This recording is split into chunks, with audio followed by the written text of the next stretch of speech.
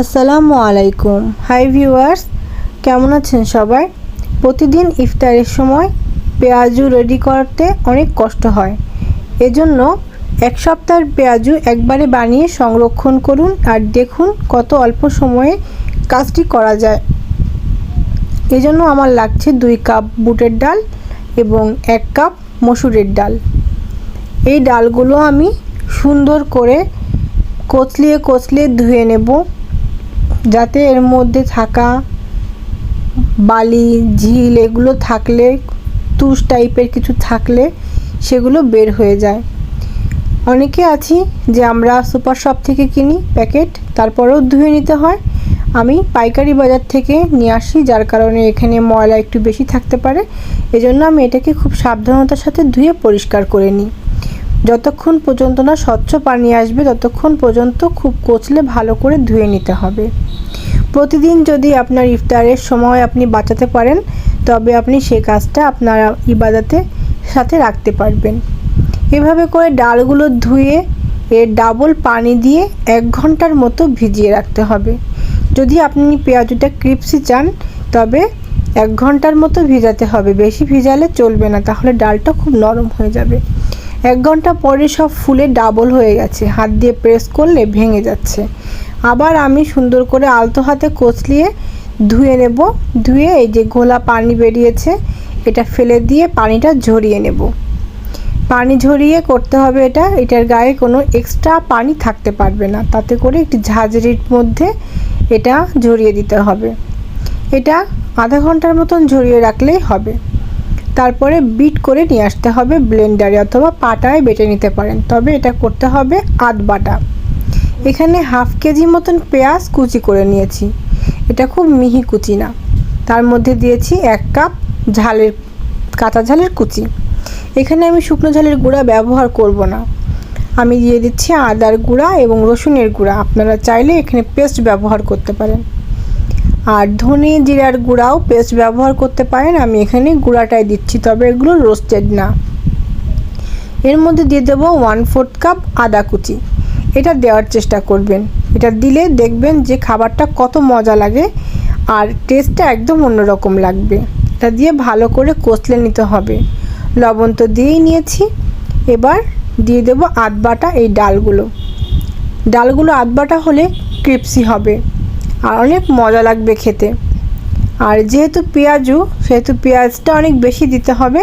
তবে আমি আধা কেজি দেওয়ার পরেও আমার এখানে পরিমাণে মনে হচ্ছে একটু কমই হয়ে গেছে, আরও একটু দিলে ভালো হতো। এরপর এখানে কালারের জন্য দিলাম একটু হলুদটা দিয়ে আমি আরও একটু মাখিয়ে নেব। তবে এইটা যে কালারটি এসেছে এই কালারটা ঠিক মনোপুত হচ্ছে না। আপনারা চাইলে এভাবেই নিতে পারেন, আর এর থেকে বেশি সুন্দর কালার চাইলে আপনাদের ঘরে যদি থাকে ফুড কালার, তবে ফুড কালার ব্যবহার করতে পারেন। আমি এখানে সামান্য অরেঞ্জ ফুড কালার ব্যবহার করেছি। এই ফুড কালারের কারণে এটা একটা সুন্দর সোনালি মতো কালার আসবে, যেটা দেখতে একদম অরিজিনাল দোকানের পেঁয়াজুর মতন দেখা যাবে। ফুড কালারটা ইউজ করাটা অপশনাল। ভালো করে মেখে নিতে হবে, যেন ভালো করে সব ডালের সাথে এগুলো মিশে যায়। কোথাও কোথাও কালার বেশি, কোথাও কালার কম, এমনটি যেন না হয়।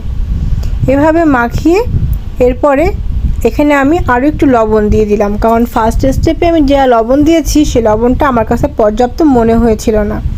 যদিও রোজা রেখে এটা চাখার সময় হয়নি, তো এভাবে করে মাখিয়ে নেব। লবণ দেওয়ার পরে আরও ভালো করে মাখিয়ে নেবেন, যেন লবণ কোথাও দলা পেকে না থাকে। এবার কড়াইতে তেল গরম দেব। ডুবো তেলে ভাজতে হবে, তাই পরখ করে নেব তেলটা কতটুকু গরম। তারপরে এমন ছোট ছোট করে নিয়ে হাতে ছাতে প্রেস করে নিজের পছন্দ মতন সাইজ করে তেলে ছাড়তে হবে। তেলটা মিডিয়াম টু লো ফ্লেমে গরম হবে এবং গরম হয়ে উত্তপ্ত হবে না, কেবল গরমই হবে। এবং এই পেঁয়াজুগুলো আমি সংরক্ষণ করব।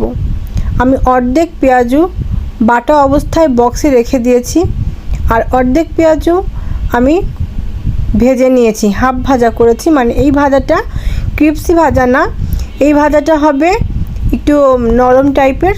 আমি এটাকে সংরক্ষণ করব 4-5 দিনের জন্য, যাতে প্রতিদিন আমাকে ভাজতে না হয়।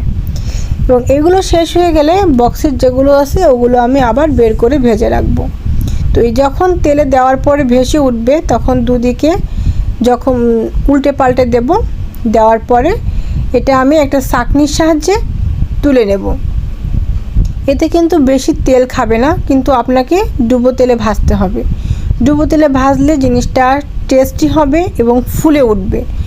আর যদি আপনি শ্যালো তেলে ভাজতে চান ভাজতেই পারেন, তবে সেটা খেতে কিন্তু মজা লাগে না।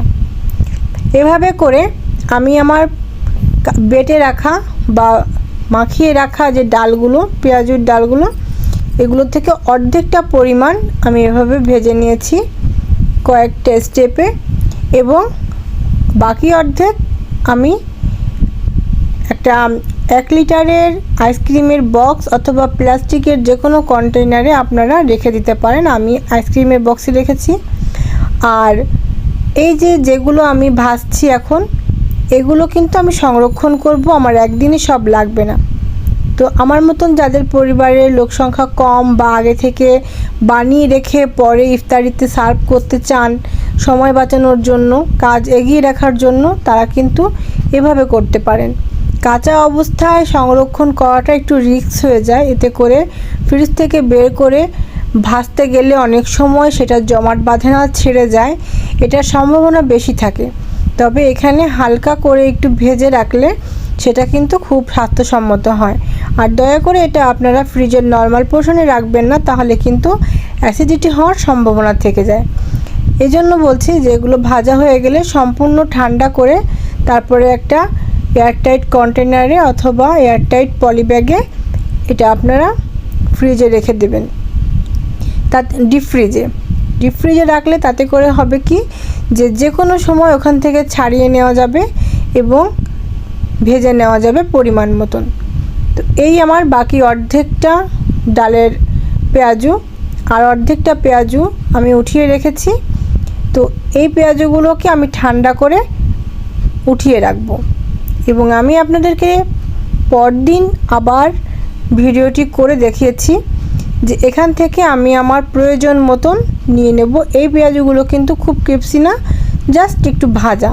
নিচে একটা ছাঁকনির উপর রেখেছি, কারণ তেলটা পড়লে যাতে নিচে পড়ে যায়, নিচে জমে না থাকে। একটা এরকম ছাঁকনির মধ্যে তুলতে পারলে সেটা খুব ভালো হবে, অথবা ঝুড়ি, তাতে করে পেঁয়াজুতে এক্সট্রা তেল উঠে আসা তেলগুলো পড়ে যাবে।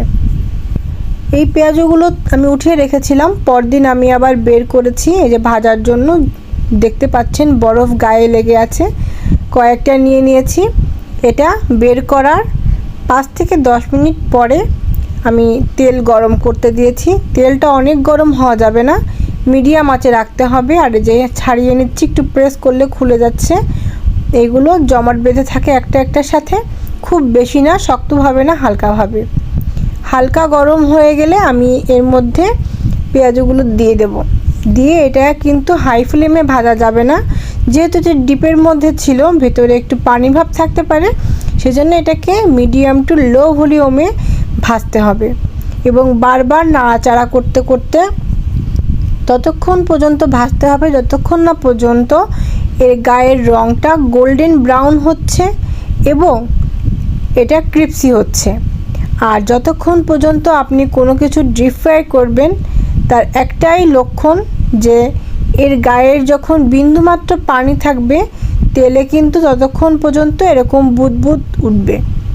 কিন্তু যখন জিনিসটা একদম পুরোপুরি ভাজা হয়ে যাবে এবং এটার ভেতরে কোনো জলীয় ভাব থাকবে না, ক্রিপসি হয়ে যাবে, তখন কিন্তু এটা তেলের মধ্যে ভেসে উঠবে এবং এর ভেতরের কোনো জলীয় ভাব না থাকার কারণে তেলের মধ্যে বুদবুদ ওঠার যে ব্যাপারটা এটা কিন্তু দেখা যাবে না। তাই এটাকে সুন্দর করে ভেজে নিতে হবে। আর মিডিয়াম ভলিউমে ভাজলে এগুলো দেখতে সোনালি হওয়ার সঙ্গে সঙ্গে খেতেও কিন্তু ক্রিপসি হবে এবং এই পেঁয়াজুটা 3 থেকে 4 ঘন্টা পর্যন্ত এরকম ক্রিপসি থাকবে। আপনার পরিমাণ মতন পেঁয়াজ ইচ্ছা মতন নিয়ে ভেজে পরিবেশন করতে পারেন। এই ছিল আমার আজকের রেসিপি। দেখা হবে পরবর্তীতে। ভালো থাকবেন সবাই।